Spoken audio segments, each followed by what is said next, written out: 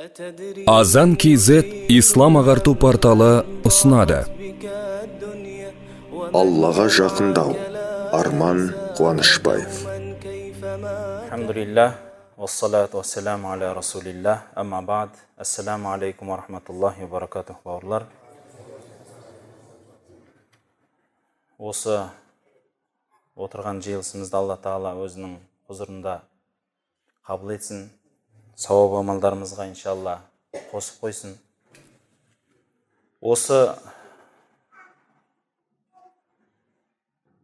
қазіргі жиналысымызда айтып кететін ол мәселеміз, бүгінгі осы қозғап кететін мәселеміз Алла Тағалаға жақын болу мәселесі.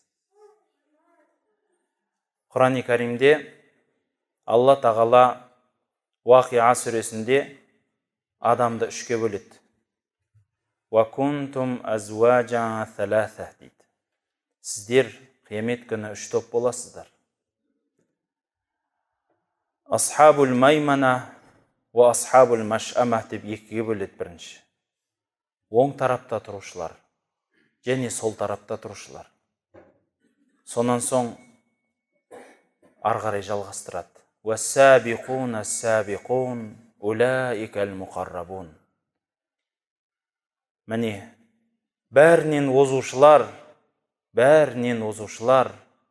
олар Аллаға жақын болғандар дейді.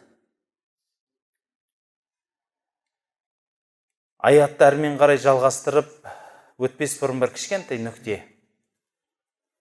Білесіздер, пайғамбарымыз саллаллаху алейхи ва салламның жанында қанша сахаба өтсе, барлығы дерлігі пайғамбарымызды жақсы көріп өтті. Солардың біреуі Нусайба деген әйел кісі еді. Бір соғыста сол әйел кісі өзінің күйеуінен айырылады, өзінің баласынан айырылады. Дұшпан шауып келе жатқанда пайғамбардың жанында ер азаматтар аз қалғаннан, сол әйел кісі қолына қылыш алып дұшпанға жүгіреді. Сөйтіп қолынан айырылады. Сонда да бұл пайғамбарымыздың жанына келіп қорғаштамақшы болады. Сонда пайғамбарымыз саллаллаху алейхи ва саллям, сенің жанұяңнан Алла разы болсын, жанұяңнан Алла разы болсын дейді. Сонда ол кісі айтады: я Расулалла, бізге дұға етіңізші, сенің қияметте көршің болайық дейді. Жәннатта сенің көршің болайық дейді. Пайғамбарымыз саллаллаху алейхи ва салламның жанына жақын болу қандай үлкен нәрсе еді. Сол кісінің жанында жүру, ол кісінің сұхбатына тойып, бірге қызмет қылу сол кісінің жанында. Бұл пайғамбарға деген соншалықты сезім еді. Адамдар пайғамбарымыз саллаллаху алейхи ва салламды соншалықты қатты сүйгендігі, мысалы Худайбия сұлхында келісімінде бір мүшриктердің сыншысы пайғамбармен жолыққысы келіп алдына барады. Сонда қайтып келіп мүшриктарға айтқаны ғой: мен неше түрлі патшалардың алдында болдым, көрдім соларды.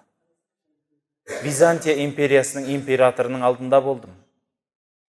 Парсы империясының алдында болдым, императорының. Ойлаңыз, сол кездегі үлкен империялар еді, мемлекеттер еді. Сол мемлекеттердің патшаларының алдында болдым. Бірақ олардың қызметшілеріндей қызметші көрмедім деп ойлайтын едім.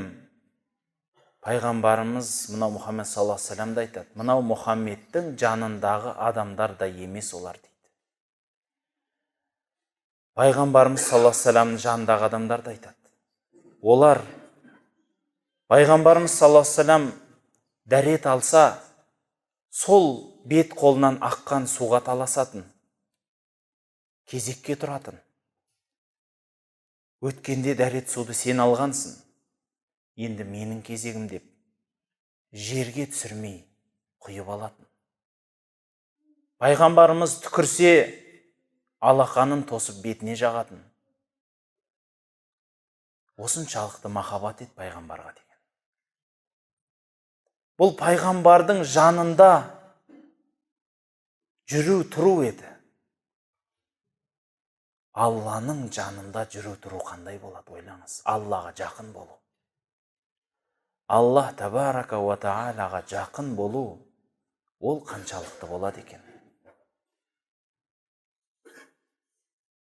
Құран-ы Кәримде айтады. Ол адамдар сондай жақын адамдар дейді. Фи жаннатин наим. Олар нығметке тола бау-бақшада болады. Сүлләтун минал әуәлин. Әуелгілерден олар көп болады. Ва қалилун минал ахирин. Ал кейінгілерден олар азырақ болады дейді. Бауырлар, біздер кейінгілерміз. Әуелгілерден көбірақ болады. Кейінгілерден Аллаға жақын болатындар азырақ болады дейді. Сөйтіп олардың нығметтерін айтады жаннаттағы. Биік-биік сөрлерде бір-біріне қарап отырады. Олардың жанында қызметшілер кеселер менен айналып қызмет қылып жүреді. Деп суреттейді. Құран-ы Кәримде Тасним деген бұлақ туралы айтады. Айна яшрабу бихал муқаррабун дейді. Ол сондай бұлақ. Оны анау-мынау адам іше алмайды. Жәннаттағы бұлақ. Бірақ оны әркім іше алмайды. Жәннаттың өзінде. Тек қана Аллаға жақын болғандар ішеді дейді. Пайғамбарымыз саллаллаху алейхи ва саллям өзінің үмметін жігері төмен болып, әйтеуір маған бола береді деп өсірген жоқ. Пайғамбарымыз айтатын, сұрасаң, жәннаттың төресін сұра, фирдаусты сұра дейді. Жоғарғы фирдаусты сұра Алладан. Өйткені бүкіл бұлақтың көзі сол жәннатта болады дейді. Жәннаттағы бүкіл бұлақтар сол фирдаустан ағады. Фирдаустан биік жәннат жоқ дейді. Ал сол фирдаусыл а'ла жәннатында Аллаға жақындар болады.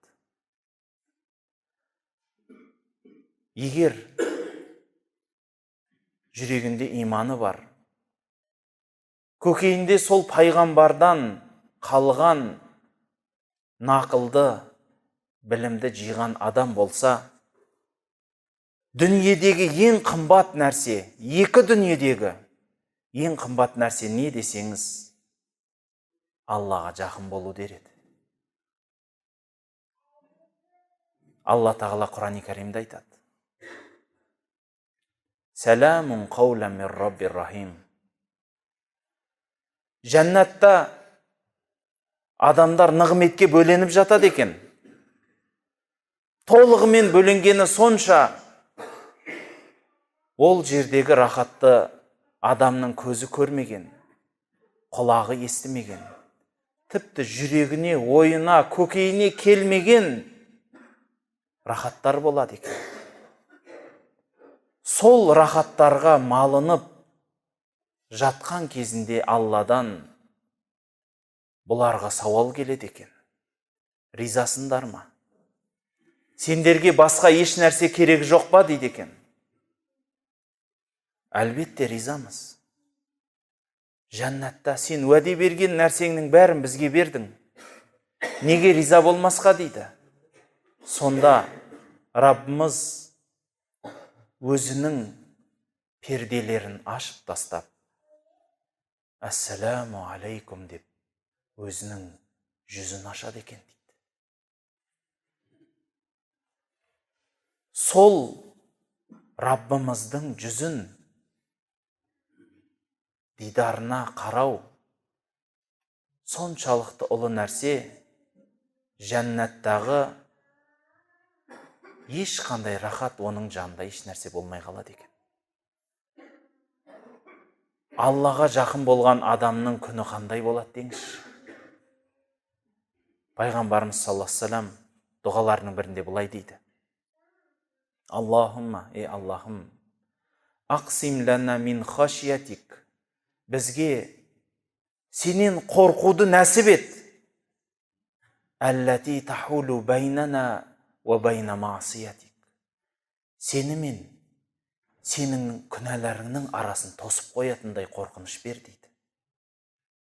Соншалықты сенен қорқайын, мен сол қорқыныш саған жасалатын күнәлардың бәрінен тосық болсыншы дейді.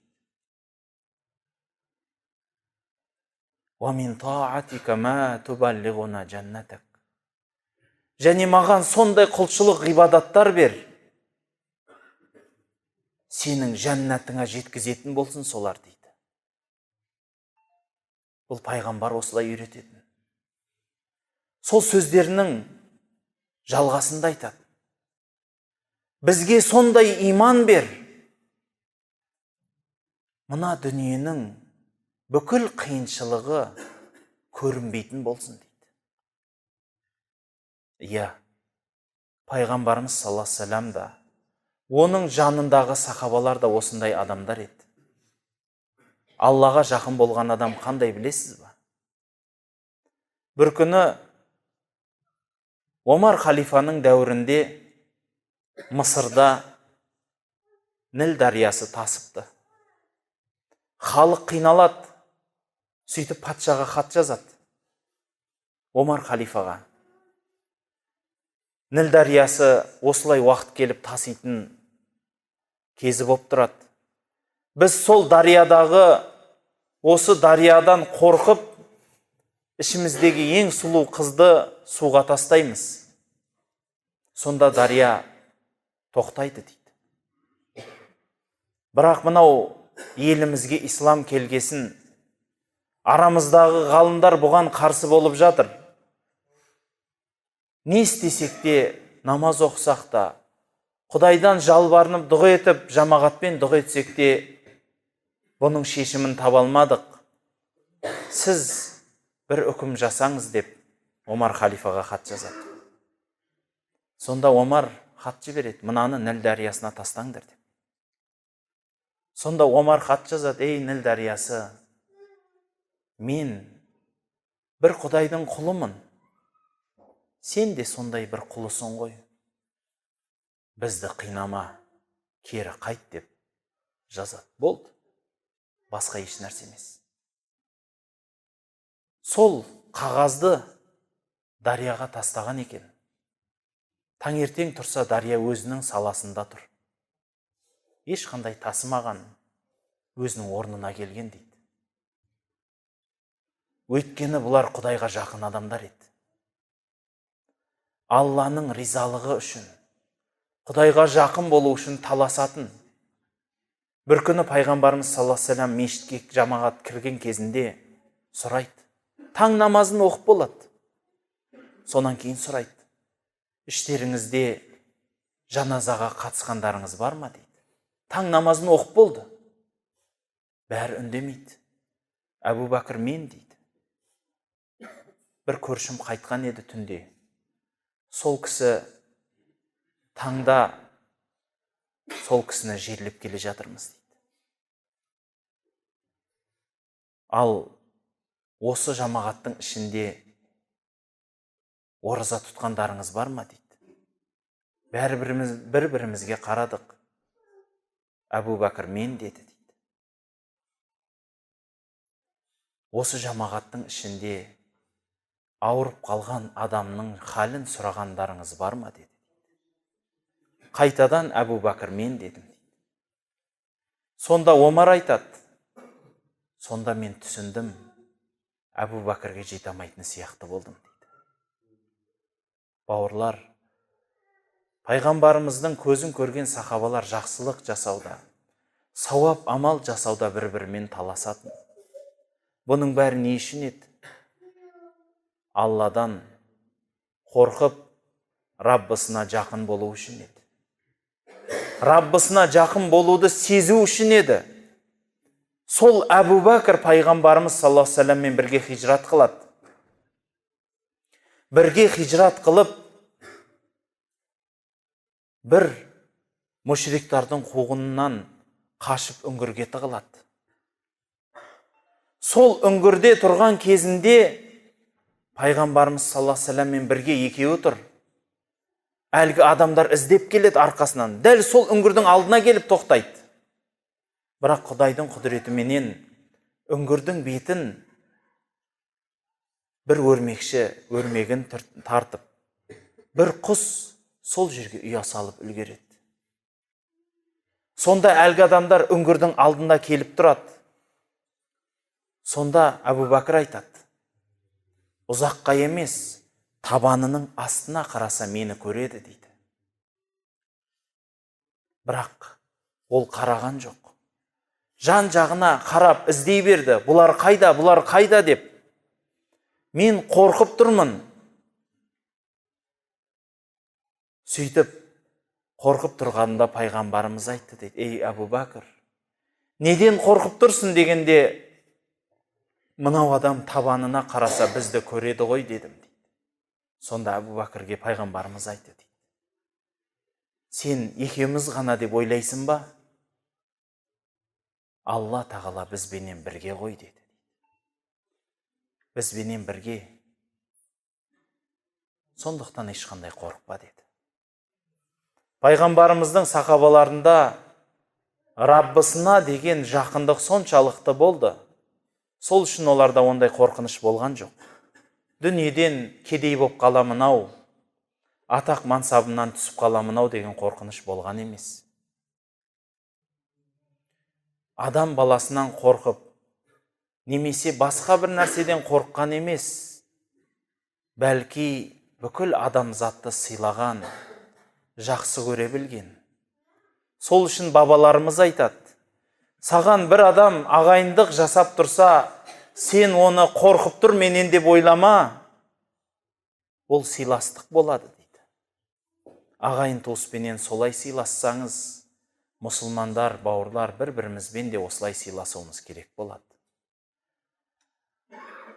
Алла тағалаға жақын болу жайлы Құран-ы Кәримде көптеген аяттар келеді. Мысалы, солардың біреуі Алақ сүресінде ең соңғы аяты: «Уасджуд уақтариб» дейді. Сәжде қыл, Аллаға жақында дейді.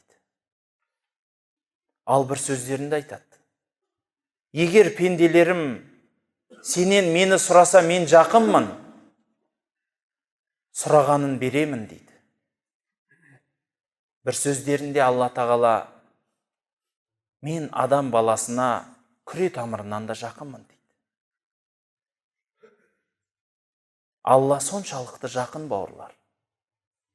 Бірақ сол жақындықты көп адам сезбейді. Сол жақындықты көп адам жүрегінде сезе білмейді. Сол үшін, бауырлар, оқыған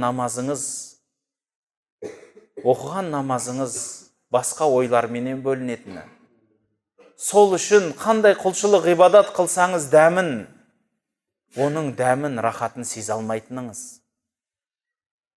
Сол үшін жалғыз отырып Алла Раббым дегенде көзіңізге жас келмейтіні. Сол үшін Алланың Құраны естілгенде жүрегіңіз қатты болған күйі елжіремей тұра беретіні.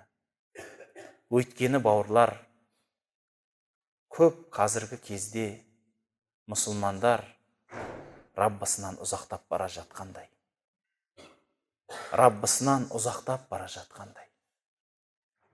Абдулла ибн Масғуд айтады: «Инна салата танха анил фахшаи вал мункар» деген аятты естіп алып былай дейді: расында намаз Алланың қайтарған істерінен және ұятсыз істерден тоқтатады дейді.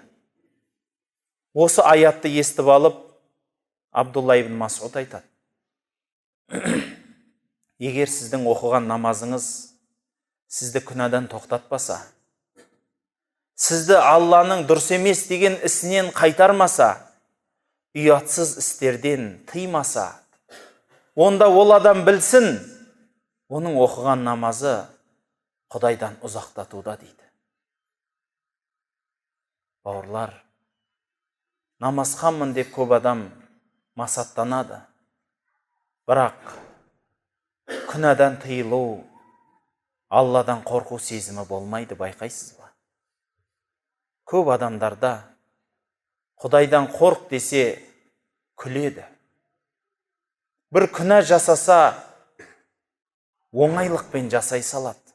Пара беру ма, оған сылтау таба салады. Бұл хадия ғой дейді. Пара бере салады. Хадия дейді. Оңай. Немесе екі-үш мұсылман бір-бірімен араласып жатса, бір-бірін кекетеді. Тақуа боп қалдың ба дейді. Тақуа боп қалдың ба дейді. Осындай халге жеттік.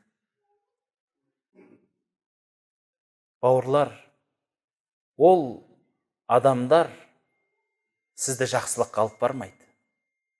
Құдайдың бәлесі жауса, сізді де бірге алып кетеді. Ондай адамнан қашық болу керек. Сол үшін бабаларымыз Құдайдан қорықпағаннан қорық дейді.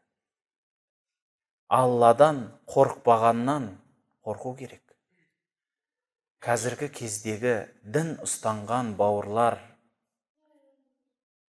Құдайдан қаншалықты ұзақтап бара жатырмыз. Сіздің таңнан кешке шейінгі күйбіңіңіз, жасаған тіршілігіңіз, оның барлығына ешкімнің таласы жоқ. Бірақ кешке жатарда, төсекке басыңызды қоярда бір сәт ойлана аласыз ба? Бүгін де бір күн тәмам болды. Бүгін не істедім мен? Бүгін мен Аллаға қаншалықты жақындадым? Өйткені бауырлар, Алла бізге жақын, бірақ біз Алладан қашықтаймыз. Біз Алладан ұзақтап бара жатырмыз. Алланың жақындығын сезгендер соншалықты болады. Әрбір оқыған намазы тола бір теңіз сезіммен болады. Жасаған құлшылығы жүрегінен болады. Осы еді пайғамбарымыздың мектебі. Адамзатқа алып келген тәлімі де осы еді. Сол үшін Құран-ы Кәрімде айтады. Ол Аллаға тақуалық ету дегеніміз жүзіңізді оңтүстікке, солтүстікке қарау емес, бәлки Аллаға иман келтіріп, қияметке сену, намаз оқып, ізгі амалдар жасау дейді. Бұл істердің барлығын Алла парыз етті деп жасаймыз, әлхамдулилля. Бірақ осы амалдардың барлығын жүрегіңізбенен күресе отырып, нәпсіңізді табаныңызға жыға отырып жасауыңыз керек емес па? Өйткені бұл құлшылық сізді не үшін жасап жатсыз? Сізді сол құлшылық сүйреп жәннатқа алып барса деп жасап жатсыз ғой, бауырлар. Жәннатқа барсам екен. Мынау қамшының сабындай қысқа өмір зу ете қалады, сағымдай ғайып болады. Үлкен кетеді ма? Жоқ, жас кетеді ма? Әйел өле ма? Ер өле ма? Білмейміз ғой. Кімнің қаншалықты өмірі қалғанын да білмейміз. Бірақ бір тоқтап ойланатын кез келген сияқты. Бауырлар, қазір намазхандар көп, Құдайға шүкір көбеюдеміз. Одан да көп болайық. Мынау мешіттерімізге бір болса да адамды қолынан жетектеп алып келейік. Ол да құлшылық. Ол да бір құлшылық. Өйткені Алла тағалаға соның адасқан пенделерін, жол тауамай жүрген пенделерін алып келіп, басын сәждеге қоюға себеп болу қандай үлкен ғанибет десеңізші. Өйткені Алла тағала әрбір пендені күтпей ма? Қашан бұл тәубеге келеді? Қашан бұл мені іздейді? Маған қайта оралады деп күтпей ма? Ал сол күтудің себепкерінің бірі сіз болсаңыз, қандай үлкен іс. Қорытып айтқым келгені, бауырлар, мынау Алланың үйіне өзіңіз келудесіз. Ендеше бұл үлкен нығметті өзіңізге жүрегі жақын адамдармен бөлісе біліңіз. Рахым қылыңыз жаныңыздағыларға. Өйткені қияметте сұраласыз. Көршіңіз келеді жағаңыздан ұстап, ей пәленше, сен құлшылық ететін едің, маған неге айтпадың? Сол кезде ескерткеніңде мен сенімен қатар тұрып намаз оқитын ем ғой дейді. Сол кезде аға, іні, бауырыңыз келеді. Бауырым, неге айтпадың маған? Сол кезде ескерткеніңде мен мынандай қиыншылықта болмас едім. Қиямет қайым болғанда әке бала бір-бірінен қашатын, аға іні бір-бірінен қашатын күн болады. Бірақ бұл Алладан қорыққан, Аллаға иман келтірген адамдар үшін айтылған сөз емес. Олардың сипат емес. Өйткені қиямет күні мұсылмандар, Аллаға сенген адамдар иық-па-иық тіресіп, бір жамағат болып тұрады. Олардың сауал жауабы болып жатқан кезінде екінші бір мұсылман келіп бір-біріне куәлік береді. Аллахым, мен куәмін, мынау кісі менімен бір сапта тұрып намаз оқыған, менің көршім болған намазда. Мен өзім куәмін дейді. Періштелер жармасып, мынау күнәһарды ұстаңдар деп жатқанда, екінші мұсылман бауырыңыз ортадан тұрып шығады. Екеуміз бірге ораза тұтқанбыз. Екеуміз бірге ауыз ашқанбыз. Мен куәмін дейді. Екеуміз бірге қажылықта болғанбыз. Мен куәмін дейді. Мұсылмандардың халі осылай болады. Қортып айтатыным сол еді. Аллаға жақындайтын амалдарды жасау керек. Соларға ден қою сәт келген сияқты. Жүрегімізге бір сәт үңіліп, тіліміз қайда, іс амалымыз қайда, мінезіміз қандай болды деген сияқты сауалдарды қойып өзімізбен жұмыс жасайтын кез келді. Өйткені қазір өзіңізге тоқтау салып, мен қайда бара жатырмын, Аллаға қаншалықты жақындадым деп, өзіңізге сауал қойып, өзіңізге жоспар қойып, сол жоспармен жүрмесеңіз, мынау сағымдай сырғыған өмір зу ете алғанын білмей қаласыз. Өйткені бауырлар, пайғамбарымыз саллаллаху алейхи вассалам бұл өмірді бейне бір көлеңкеге теңейді. Адам баласы бұл өмірдің жанында соншалықты мысалда болады. Жолаушы адам көлеңкенің жанына келіп, кішкентай демалып, сол көлеңке сырғығаннан кейін атына қайта отырып кеткен сияқты болады деген сөзі бар. Бұл өмір үлкен бір ағаш десеңіз, бүгін сізге көлеңкесін жайып тұр. Сол көлеңкенің астында сіз отырсыз. Бірақ бұл көлеңке тұра бермейді. Күн ауғанмен бірге ауып, басқа біреуге көлеңке болады. Ал сіз жақ қақыған ыстық күн шуақ болады. Өтіп кетеді көлеңке дәуіріңіз. Ойламаңыз. Менің жасап жатқан істерімнен Алла тағала ғапыл екен, білмей қалып тұр екен, хабары жоқ екен деп ойламаңыз. Аллаға көз жетпегенмен, Алла сіздің көздеріңізге жетеді. Әрбір жүрегіңіздегі істі көреді. Әрбір жүрегіңіздегі өткен ойыңызды біледі. Барлық сырыңызды, жүрегіңіздегі сыбдырды естеді. Алла тағала білуші. Сізбенен біз бұл істен ғапыл болып, шетте қалып кетпейік. Аллаға жақын болған пенделер сауал жауапсыз жәннатқа кіреді. Оларға ешқандай сауал да болмайды. ешқандай жауап та болмайды олардан. Сен пәленше пендем, жәннатқа кір деген сөз ғана болады. Болды. Сол үшін қанша таласам десеңіз, сауап істе таласыңыз. Қаншалықты құрбандыққа барам десеңіз, бұл арзан іс. Субханак Аллахума бихамдик, ашхаду ан ла илаха илля ант, астағфирука ва атубу илейк.